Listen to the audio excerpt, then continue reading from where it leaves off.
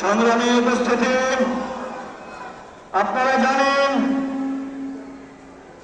11 দলীয় ঐক্যের আয়োজনে আজকে এই দ্রব্যমূল্যের ঊর্ধ্বগতি সহ ভূতুরে বিদ্যুৎ বিল, গ্যাসের মূল্য বৃদ্ধির প্রতিবাদে আজকে এই স্মারকলিপি প্রদান মিছিল পূর্ব পরবর্তী সমাবেশে এ পর্যায়ে বক্তব্য রাখছেন জাতীয় নাগরিক পার্টি এনসিপির যুগ্ম আহ্বায়ক জনাব শিশির আসাদ।